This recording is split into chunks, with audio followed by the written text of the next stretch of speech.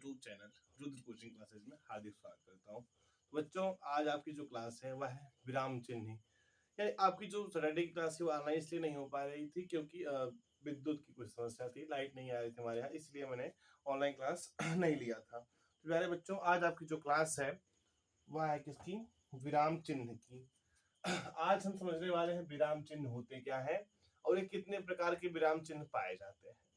विराम का मतलब होता है जैसे हम कोई सेंटेंस जब बोलते हैं लिखते हैं, कब हमें किस चिन्ह का उपयोग कहाँ पर करना है, इसके बारे में आपको एक एग्जाम्पल बता करके अगले विराम चिन्ह के बारे में बताएंगे। मुख्यतः आप इसमें कक्षा 9 की जो हिंदी व्याकरण है उसमें आप 12 विराम चिन्हों को पढ़ेंगे। कितने बेटा? 12, यानी नंबर आप कितने हैं उनके विराम चिन्हों के बेटा? 12 है, पंक्चुएशन मार्क। लिखिए परिभाषा। क्या? भाषा के लिखित रूप में, भाषा के, इसमें लिख लीजिए आप, भाषा के, क्या लिखेंगे आप यहाँ पर? भाषा के लिखित रूप में।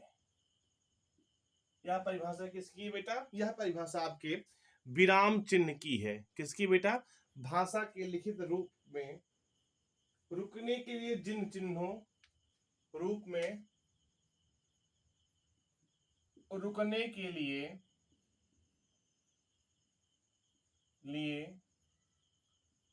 जिन चिन्हों या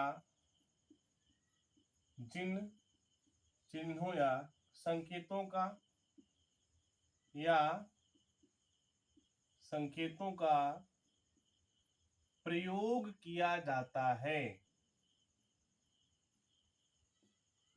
प्रयोग किया जाता है। किसमें बेटा? भाषा के लिखित रूप में रुकने या भाषा के लिखित रूप में रुकने के लिए जिन चिन्हों या संकेतों का प्रयोग किया जाता है उन्हें विराम चिन्ह कहते हैं। उन्हें क्या कहा जाता है बेटा? उन्हें लिख लीजिए, उन्हें विराम चिन्ह, उन्हें विराम चिन्ह कहते हैं। यह परिभाषा हो गई किसकी बेटा? विराम चिन्ह की परिभाषा हो गई। ठीक। अच्छा, कि आप समझिए कि जब ये विराम चिन्हों का उपयोग किया जाता है तो हिंदी व्याकरण विराम चिन्ह का उपयोग आखिरकार क्यों किया जाता है? तो ऐसे इसके है तो कई सारे कारण, लेकिन मुख्यतः आप दो कारणों को जान जाइए कि विराम चिन्ह के उपयोग करने से क्या होता है बेटा? भाव की अभिव्यक्ति में, लिख लीजिए पहला क्या है? भाव की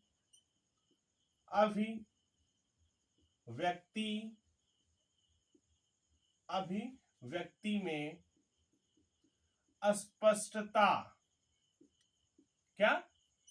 स्पष्टता आ जाती है। नंबर फर्स्ट हो गया किसका बेटा? कि भाव की अभिव्यक्ति में स्पष्टता आ जाती है। ठीक। एक क्या बेटा? जब आप विराम चिन्हों का प्रयोग करते हैं तो कथन क्या हो जाता है बेटा? जो कथन आप बनाते हैं कथन प्रभावपूर्ण बन जाता है। लिख लीजिए, कथन प्रभावपूर्ण बन जाता है। कथन प्रभावपूर्ण बन जाता है। ये बेटा क्या था? यही जब आप विराम चिन्हों का उपयोग करते हैं अपनी हिंदी भाषा के लिखित रूप में, तो ये दो कारण हैं, आप इसको जान लीजिए। ठीक। आइए अब हम हेडिंग डालते हैं विराम चिन्ह के प्रकार। विराम चिन्ह के प्रकार, जिनके नाम व चिन्ह निम्नवत है। नंबर फर्स्ट, यानी पहला विराम चिन्ह बेटा आपका क्या है? वह है पूर्ण विराम, जिसे इंग्लिश में कहते हैं फुल स्टॉप। पूर्ण विराम इंग्लिश में से कहा जाता है क्या बेटा? Full stop. इसका सैंबल कैसे है? इस प्रकार से, खड़ी पाई। क्या कहते हैं इसको बेटा? खड़ी पाई कह सकते हैं आप, पूर्ण विराम यानी फुल स्टॉप। नंबर सेकेंड पे क्या आता है बेटा, वह है अर्ध विराम।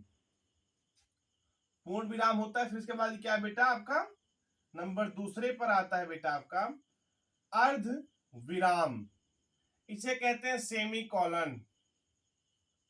इसे क्या कहा जाता है इंग्लिश में, देखो इंग्लिश में इसलिए लिख दे रहा हूं कि अगर कोई कहता है सेमी कॉलन क्या होता है तो आप बता दीजिएगा।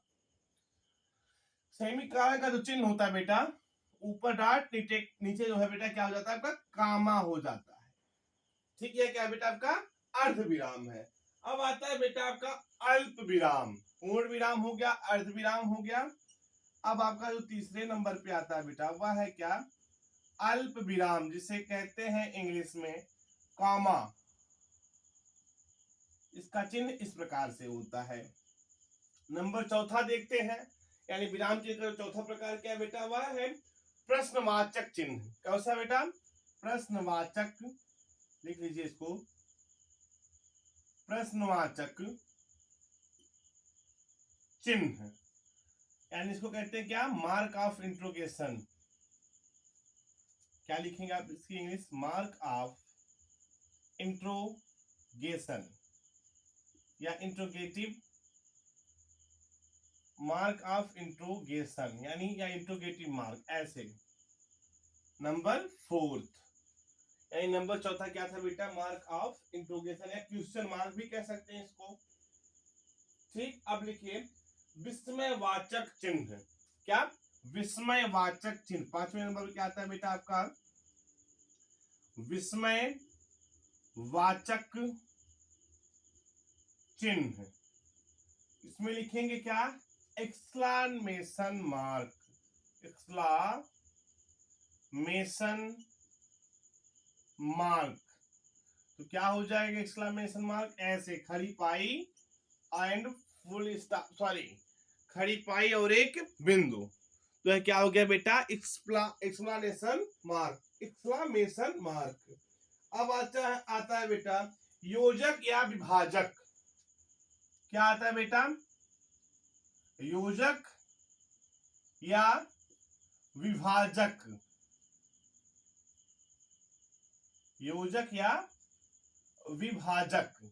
यह जो इसकी इंग्लिश होती है बेटा उसे कहते हैं हाइफेन। क्या कहा जाता है इसको बेटा, हाइफेन कहा जाता है।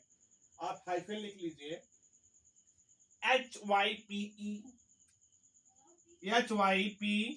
HYPEN hyphen. इसका मार्क इस प्रकार से होता है। ठीक, अब सातवें नंबर पे आपका जो विराम चिन्ह आता है बेटा वह है निर्देशक। क्या कहते हैं उसको, निर्देशक।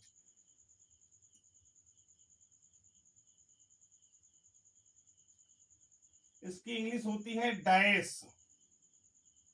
निर्देशक की इंग्लिश क्या होती है बच्चा, डैश होती है।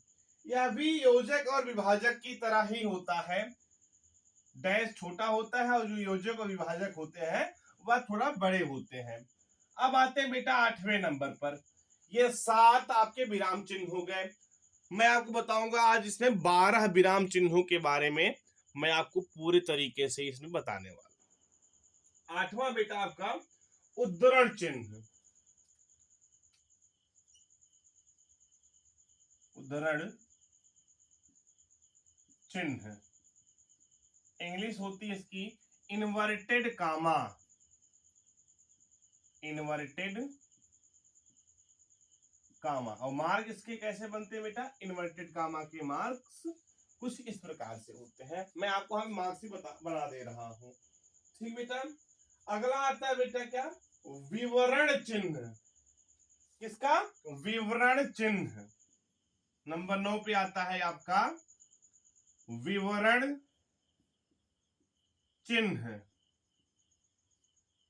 कौन सा बेटा, विवरण, विवरण चिन्ह। इसकी इंग्लिश होती है बेटा sign of following, sign of या मार्क ऑफ फॉलोइंग।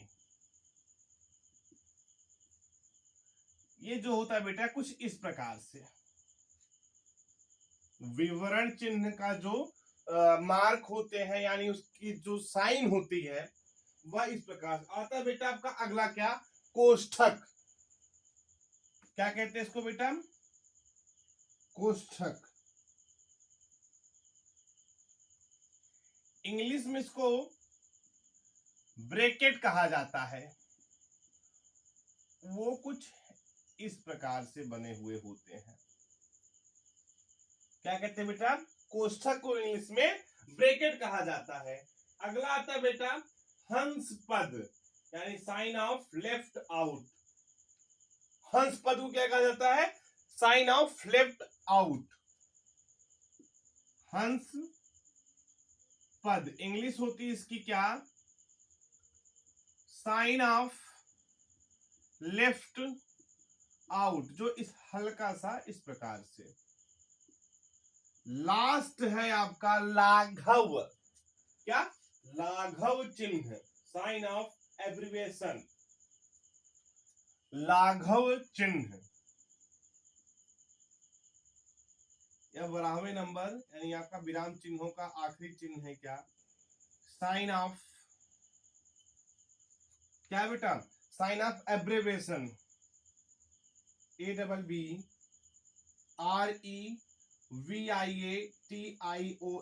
जिसका मार्क किस प्रकार से होता है, हल्का सा, साइन ऑफ एब्रिविएशन। ये जो चिन्ह है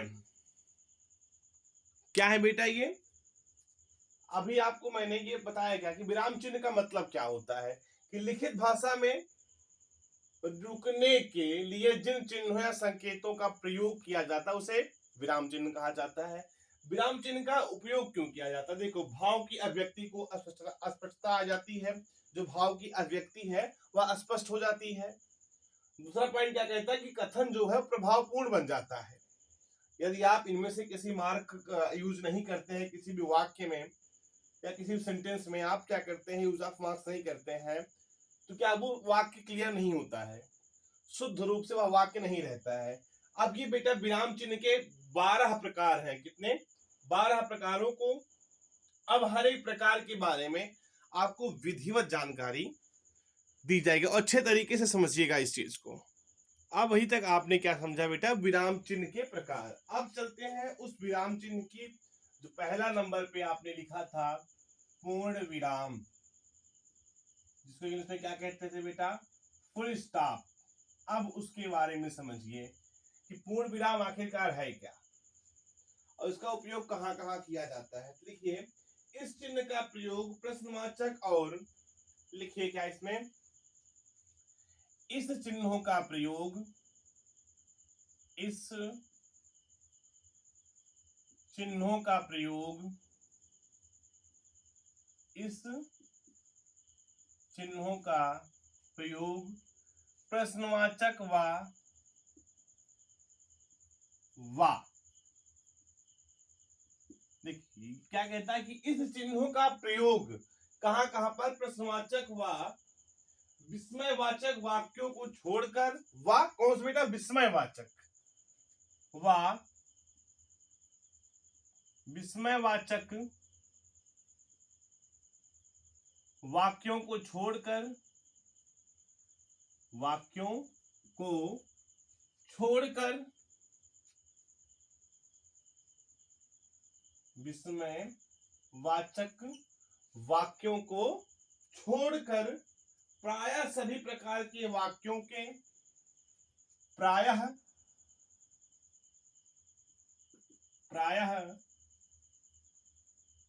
सभी प्रकार के वाक्यों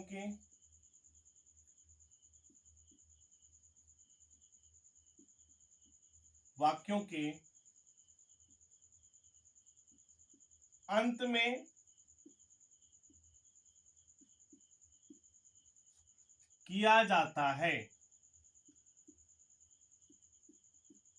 अब आप जान लीजिए, जैसे कि आप उदाहरण भी डाल सकते हैं। जैसे बेटा अध्यापक छात्रों को पढ़ाते हैं, जैसे क्या बेटा, अध्यापक छात्रों को पढ़ाते हैं।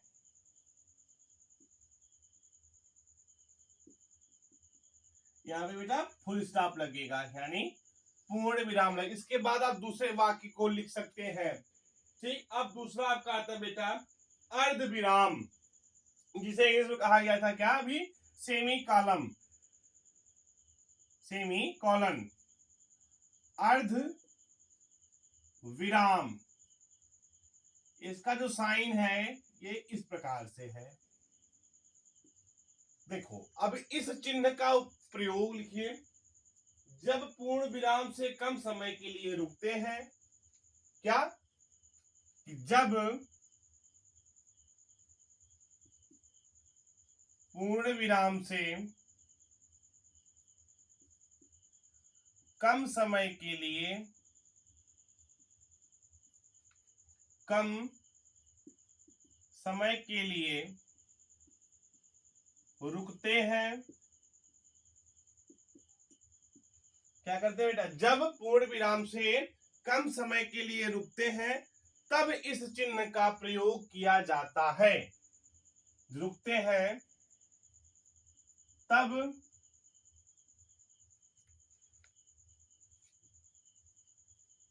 इस चिन्ह का प्रयोग किया जाता है।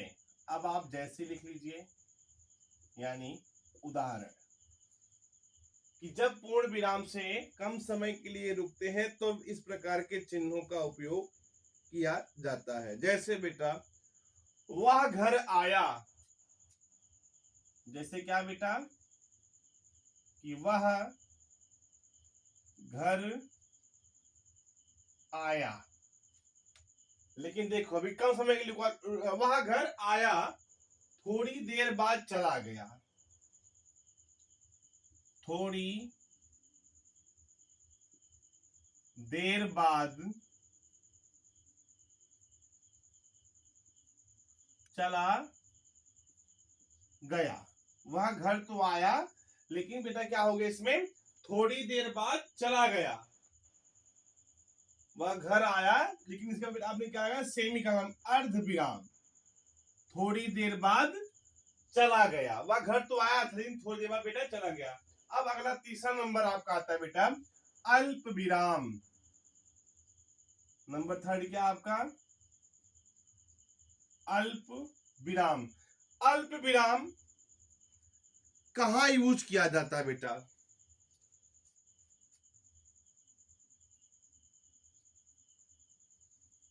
ये जानिए आप कि अल्प विराम का यूज कहाँ, यानी उपयोग कहाँ किया जाता है। लिखिए वाक्य के मध्य में, लिखिए वाक्य के मध्य में,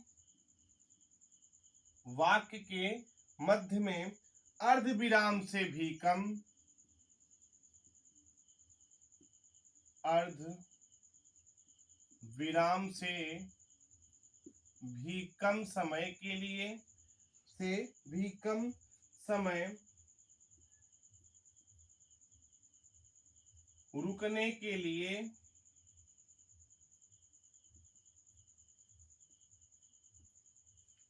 कम समय रुकने के लिए इस चिन्ह का प्रयोग, इस चिन्ह का प्रयोग किया जाता है। अब आप यहां पर जैसे लिख सकते हैं। ठीक है बेटा, यह क्या है, अल्प विराम। ठीक, लिखिए राम कामा,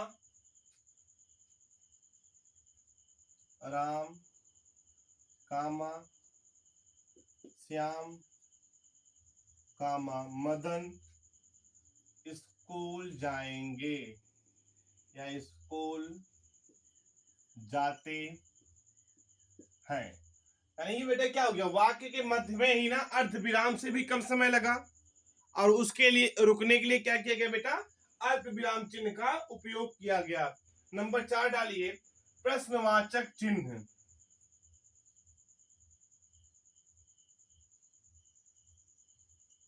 प्रश्नवाचक चिन्ह इंग्लिश में कहते हैं इसको क्वेश्चन मार्क। क्या कहते हैं बेटा इंग्लिश में? सेम क्वेश्चन मार्क कहा जाए या मार्क ऑफ इंट्रोगेशन। इस चिन्ह का प्रयोग प्रश्नवाचक वाक्यों के अंत में, लिखिए इस चिन्ह या इन चिन्हों का प्रयोग, इस चिन्हों का प्रयोग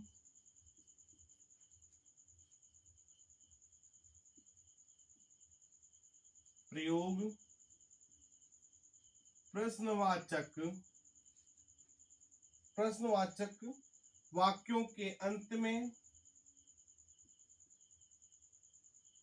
वाक्यों के अंत में अनिश्चय या संदेह प्रकट,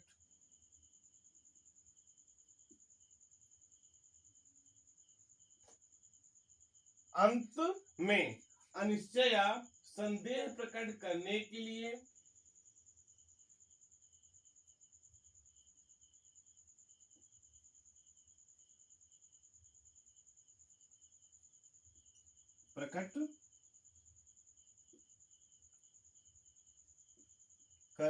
लिए किया जाता है, करने के लिए किया जाता है। अब आप जैसे लिख सकते हैं, यानी उदाहरण लिख सकते हैं किसका? प्रश्नवाचक चिन्हों का उपयोग। जैसे क्या वह परिश्रमी है? क्या वह परिश्रमी है? आप किसी से क्वेश्चन कर रहे हैं, उसमें संदेह भी है, तो ये आज आपने लास्ट में किस चिन्ह का उपयोग किया बेटा? प्रश्नवाचक चिन्ह का उपयोग आपने भरपूर मात्रा में कर रखा है। बात समझ में आई आपको? देखिए पहला क्या था बेटा? विराम, पूर्ण विराम। इस चिन्हों का प्रयोग प्रश्नवाचक व विस्मयवाचक वाक्यों को छोड़ करके बाकी सभी, प्रायः सभी वाक्यों के अंत में किया जाता है। ठीक। दूसरा था बेटा अर्धविराम। जब पूर्ण विराम से भी कम समय के लिए रुकना हो तब अर्धविराम का उपयोग करते हैं। इसके बाद बेटा आपका आया था अल्प विराम। इसमें क्या था कि वाक्य के मध्य में अर्धविराम से भी कम समय के लिए रुकना हो तो वहां पे अल्प विराम का उपयोग किया जाता है। नंबर चौथा क्या था बेटा? प्रश्नवाचक चिन्ह, यानी इस चिन्हों का प्रयोग प्रश्नवाचक वाक्यों के अंत में अनिश्चय या संदेह प्रकट करने के लिए किया जाता है। अब आप लोग अगली हेडिंग डालिए। अब अगला जो चिन्ह है बेटा आपका वह आता है विस्मयवाचक चिन्ह। 5वें नंबर पे क्या आता है बेटा आपका? विस्मयवाचक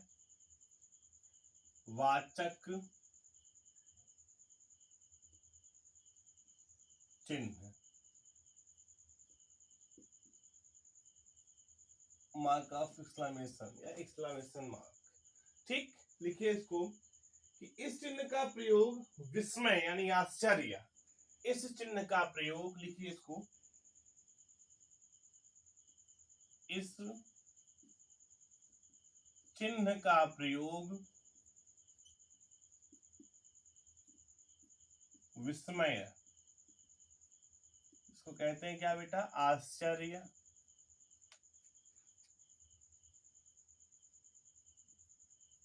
विस्मय, आश्चर्य, घृणा,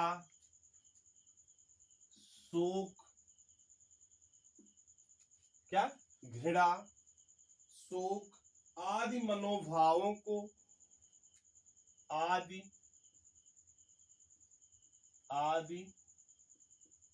मनोभावों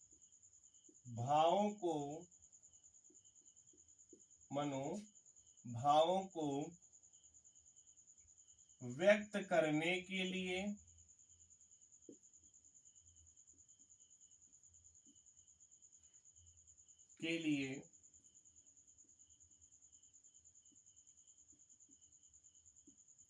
किया जाता है। अब आप जैसे लिखिए विस्मयवाचक चिन्ह का। जैसे बेटा आप लिखते हैं अरे अरे बरसात, अरे बरसात होने लगी। क्या क्या हो गया बेटा आपका? Mark of explanation. अरे बरसात होने लगी।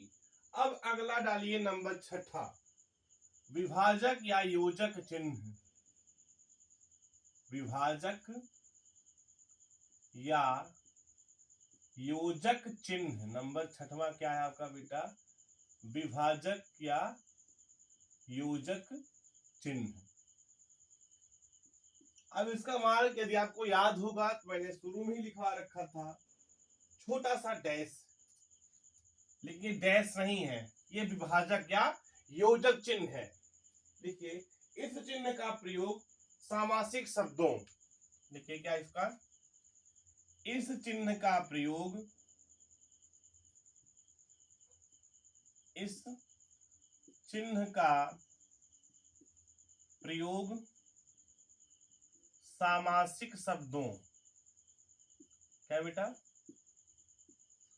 इस चिन्हों का प्रयोग सामासिक शब्दों सा सी से, सा कामा सी कामा से, इस सब चिन्हों का प्रयोग सामासिक शब्दों सा सी से, आदि से पूर्व, आदि से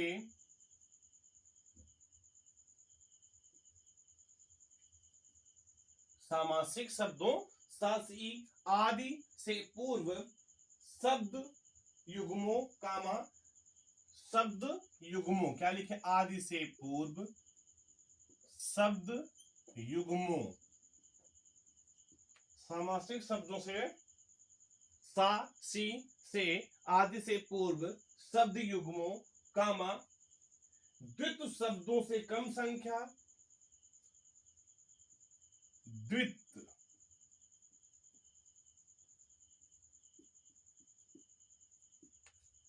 शब्द युग्मों, द्वित शब्दों, पूर्णांक से कम संख्या, पूर्णांक, पूर्णांक से कम संख्या बताने के लिए, संख्या बताने के लिए, बताने के लिए प्रयोग किया जाता है,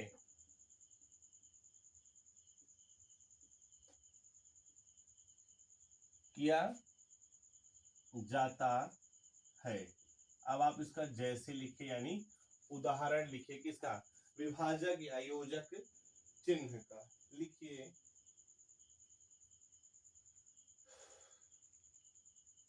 सुख दुख, सुख दुख,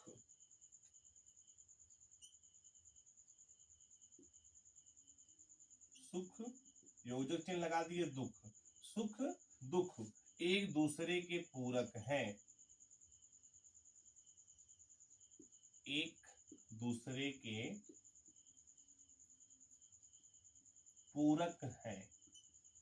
सुख दुख, देखिए योजक चिन्ह लगा हुआ है यहाँ पे ना, वैसे क्या हो गया, ये सुख दुख एक दूसरे, यस यस, उठते बैठते सोते जागते हंसते हंसाते पढ़ते पढ़ाते, एक तिहाई तीन दसवां, ऐसे ऐसे आप लिख सकते हैं। 7वें नंबर पे आपका आता है बेटा क्या, निर्देशक चिन्ह। क्या बेटा, निर्देशक, निर्देशक चिन्ह, ये 7वें नंबर का है बेटा आपका। ये हल्का सा योजक चिन्हों से बड़ा होता है। क्या होता है बेटा, यह योजक चिन्हों से हल्का बड़ा होता है। लिखिए यह चिन्ह योजक चिन्ह से बड़ा होता है। पहला लिख लीजिए, क्या लिखेंगे, यह चिन्ह योजक चिन्ह से यह चिन्ह योजक चिन्ह से बड़ा होता है। किससे बड़ा होता है बेटा? किस वाले चिन्ह से बेटा? अभी मैंने आपको बताया विभाजक या योजक चिन्ह। यह चिन्ह विभाजक या योजक चिन्ह से बड़ा होता है। इसका प्रयोग किसी के कहे वाक्यों से पूर्व, इसका प्रयोग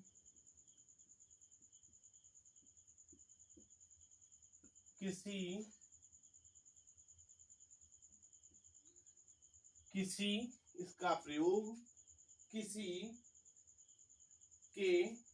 के कहे या किसी कहे वाक्यों से पूर्व,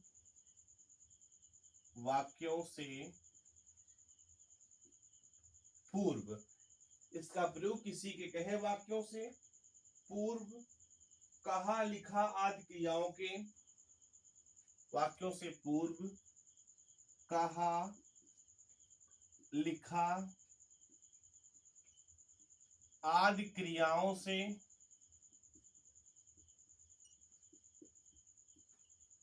देखो कहा, किसी के कहे वाक्यों से पूर्व कहा लिखा आदि क्रियाओं के बाद संवादों में किसी शब्द या, देखो क्या कह रहा है बेटा, यह चिन्ह योजक चिन्ह से बड़ा होता है। पहली चीज जान लीजिए आपको। इसका प्रयोग किसी के कहे वाक्यों से पूर्व कहा लिखा आदि क्रियाओं के बाद संवादों में, आदि क्रियाओं के बाद संवादों में, आदि क्रियाओं के बाद संवादों में किसी शब्द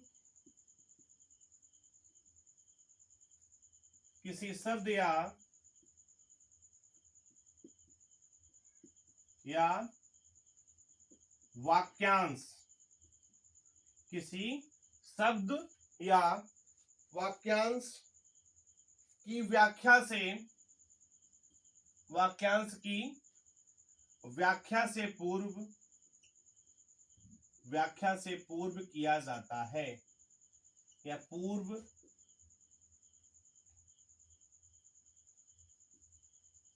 प्रयोग किया जाता है, या पूर्व किया जाता है। अब आप जैसे लिख लीजिए, सातवां चिन्ह क्या था बेटा आपका? निर्देशक चिन्ह। उसका जैसे लिखिए, गांधी जी ने कहा। किसने बेटा कहा था? गांधी जी ने कहा, हम स्वराज लाएंगे।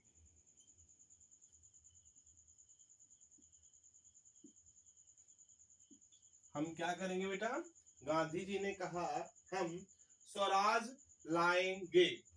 अगला लिखिए आप लोग, 8वें नंबर पे आता है उद्धरण चिन्ह।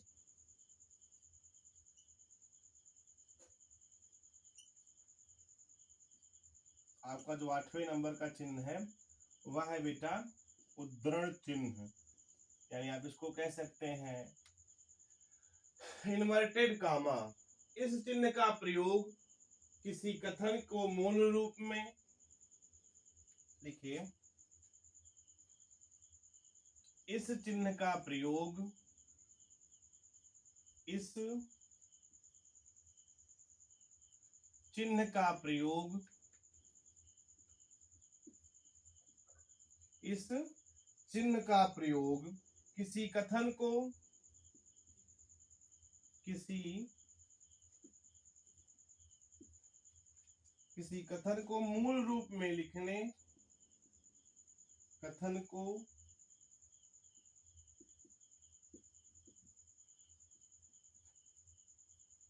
मूल रूप में,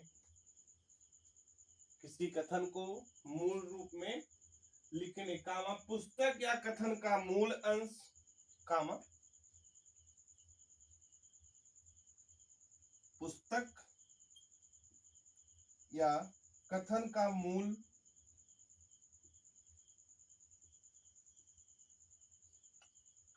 मूल अंश उद्धृत है या उद्धृत करने, व्यक्ति लगा सकते हैं आप, कामा कर दीजिए, व्यक्ति, पुस्तक उपनाम, पुस्तक हो गई, उपनाम के लिए, उपनाम के लिए किया जाता है। अब आप इसका जैसे लिख लीजिए, क्या बेटा, इस चिन्ह का उपयोग हो जाता है या इसका मूल अंश उद्धृत करने वाले व्यक्ति, पुस्तक अथवा उपनाम के लिए किया जाता है। जैसे लिख लीजिए, इस कविता के रचयिता, नंबर फर्स्ट करके लिखिए, बताते हैं अभी आपको। एकरा एकरा या एकल उद्धरण चिन्ह, इस कविता के रचयिता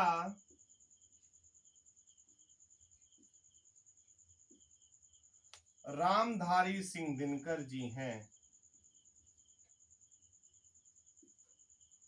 रामधारी सिंह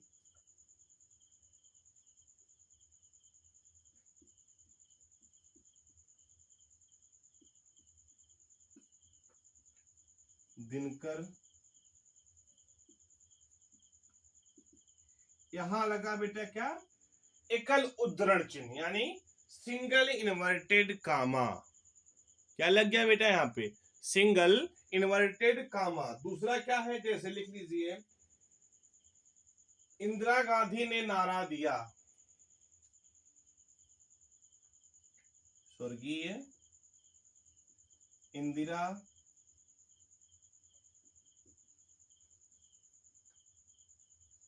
गांधी जी ने नारा दिया, डबल इन्वर्टेड कामा, गरीबी हटाओ। तो यही जो बेटा, ये मैंने अंडरलाइन कर रखा आपको, गरीबी हटाओ। ऊपर देख रहे होंगे दो, यानी डबल, यानी दोहरा उदाहरण चिन्ह लगाना। एक हरा ऊपर वाला है, यानी इस कविता के रचयिता रामधारी सिंह दिनकर जी हैं, और स्वर्गीय इंदिरा गांधी जी ने नारा दिया, गरीबी हटाओ। या क्या बेटा, आपका दोहरा उदाहरण चिन्ह है। अब आप लोग अगली हेडिंग डालिए। अगला चिन्ह आपका है, आपका 9वां चिन्ह है विवरण चिन्ह। 8 हो गए आपके, आपका 9वां है बेटा विवरण। नंबर 9 पे क्या है बच्चा, विवरण चिन्ह। लिखिए, इस चिन्ह का उपयोग कहाँ किया जाता है बेटा, कुछ सूचना निर्देश आदि देने के लिए। क्या बेटा, लिखिए, कुछ सूचना निर्देश, कुछ सूचना निर्देश आदि देने के लिए, आदि देने के लिए इस चिन्ह का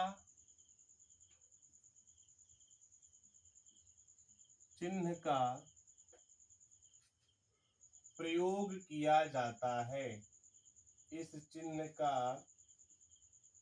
प्रयोग किया जाता है। अब आप जैसे लिख लीजिए, किसका बेटा, विवरण चिन्ह का। लिखेंगे क्या, जैसे आपने क्या कुछ सूचना दिया या कुछ निर्देश दे रहे हैं, ठीक। वैसे कर्म के आधार पर देखिए, दो भेद होते हैं, कर्मक और सकर्मक, अकर्मक और सकर्मक। लिखिए, राजा दशरथ के 4 पुत्र थे। क्या लिखेंगे आप इसमें, राजा दशरथ के, राजा दशरथ के 4 पुत्र थे। तो आप यहाँ पे सूचना दे रहे हैं ना, जैसे राम, लक्ष्मण, भरत, राम, लक्ष्मण, भरत, शत्रुघ्न। तो आप क्या किए, यहाँ पे आपने सूचना दिया ना कि राजा दशरथ के कितने पुत्र थे बेटा, 4 पुत्र थे। तो आपने क्या दिया, यहाँ पे सूचना दिया, यहाँ पे क्या लग गया बेटा, विवरण चिन्ह लग गया। अगला 10वें नंबर बेटा आता है कोष्ठक। अब जानिए कोष्ठक का यूज कहाँ किया जाता है, यानी उसका उपयोग या प्रयोग आप कहां पर करते हैं।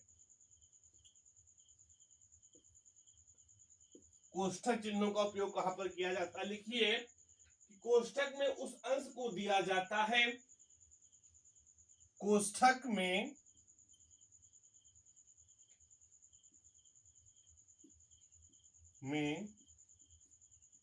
उस अंश को दिया जाता है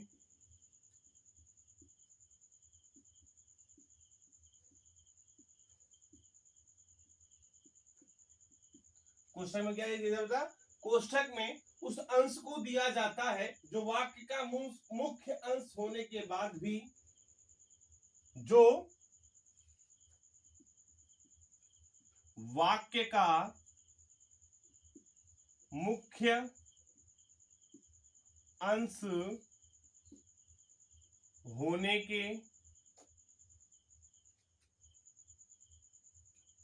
के बाद भी कोष्ठक में उस अंश को दिया जाता है जो वाक्य का मुख्य अंश होने के बाद भी अलग से दिया जा सकता है, बाद भी अलग से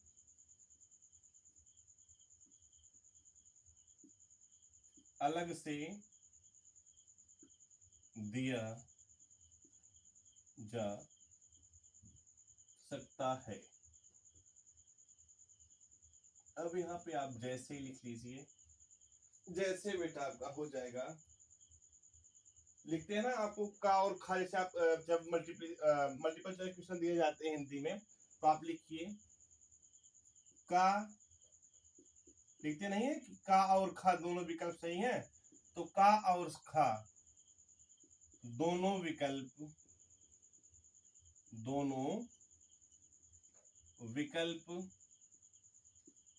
सही है। अब 11वें नंबर आपका आता है, कोष्ठक आपने समझ लिया, 11वें नंबर का बेटा हंस पद चिन्ह।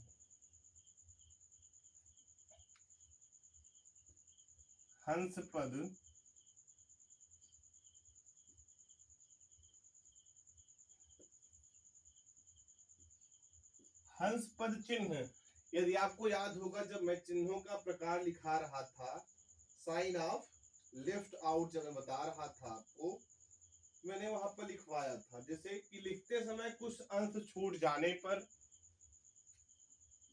ऐसे लिखते समय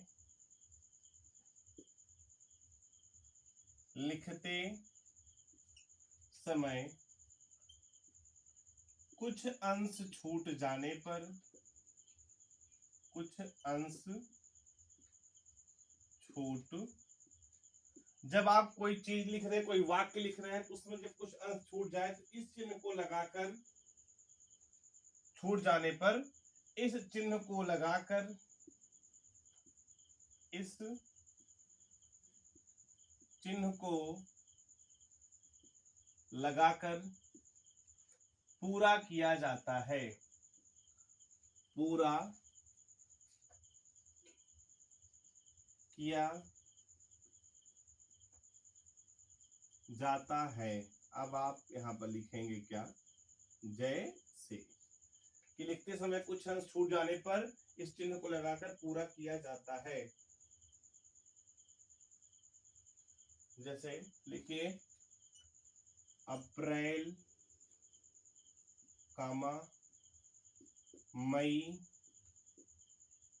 और जून गर्मी के महीने होते हैं, गर्मी के महीने होते हैं। ठीक, इसे आपने यहाँ पे और जो जून लिखा है यहाँ पे आप इसको क्या कर सकते हैं, इस हंस पद चिन्ह के द्वारा लगा सकते हैं। नंबर 12वां आता है, आखिरी क्या है बेटा आपका इसमें, लाघव चिन्ह। क्या है बालक, लाघव चिन्ह। आखिर ये होता क्या है, अब इसको जानिए। लाघव चिन्ह होता क्या है, लिखिए। इसे संक्षेप सूचक चिन्ह भी कहते हैं। इसको लिख लो। इसे इसे संक्षेप सूचक चिन्ह भी कहते हैं। इसे संक्षेप सूचक चिन्ह भी कहते हैं। क्या कहा जाता है बेटा इसको? संक्षेप सूचक चिन्ह भी कहते हैं। किसी बड़े अंश का लघु रूप लिखने के लिए, किसी बड़े अंश का किसी बड़े अंश का लघु रूप लिखने के लिए,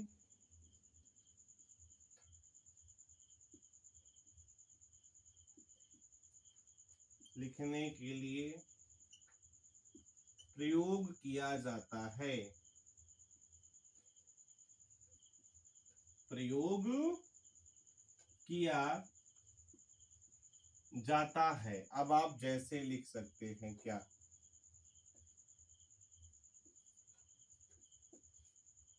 जैसे मान लीजिए आपने लिखा क्या? कृपया पन्ना उलटिए। कृपया पन्ना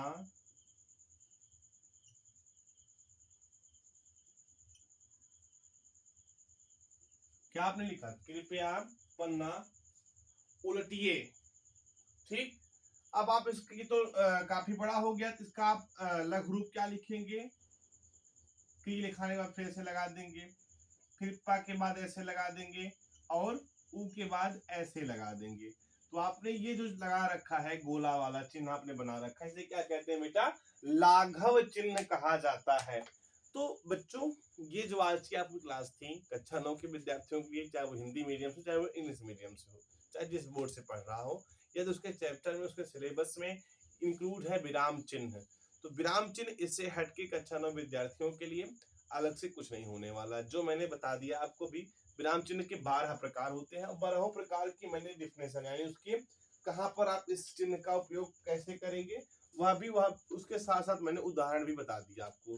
प्यारे बच्चों, आपको ये क्लास कैसे लगी आप हमें कमेंट के माध्यम से जरूर बताइएगा। Thank you so much.